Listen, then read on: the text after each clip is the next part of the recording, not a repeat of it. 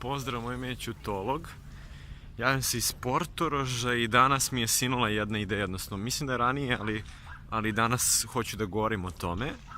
Nazvao bih to pitao bih preduzetnik. A šta bih pitao?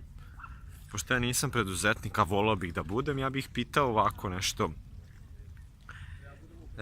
Kada bi sutra imali šansu ili priliku, da li bi se vratili na staro? Na staro u smislu da se vratite da radite za drugog. Znači, bez obzira na to, pored poreza, pored problema s klijentima, sa administracijom, opštinama i svim ostalim stvarima koje imate, znači, i pored toga, ja sam uveren 100% da se ljudi ne bi vratilo. Znači, od 1000, možda bi se 2, 3, 5 vratilo da radi za drugog, ali mislim da većina uopšte nikada ne bi se vratila na staro, u smislu da bili su preduzetnici i sad kao sad neće. Znači da tu slobodu, možda oni više možda i rade, možda imaju više problema, možda imaju, verovatno više zarađuju i tako dalje, ali siguran sam da imaju tu neku ruku više slobode, jer neće niko da ih zajebava ako budu zakasnili, vrate, sat vremena,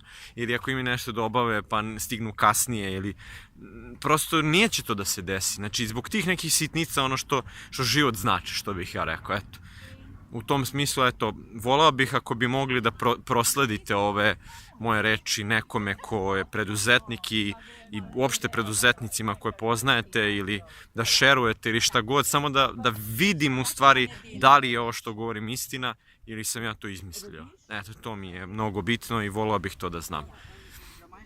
A verujem i svako od nas, ako si ikad ovo pitanje zapita. Eto, pozdrav i hvala vam.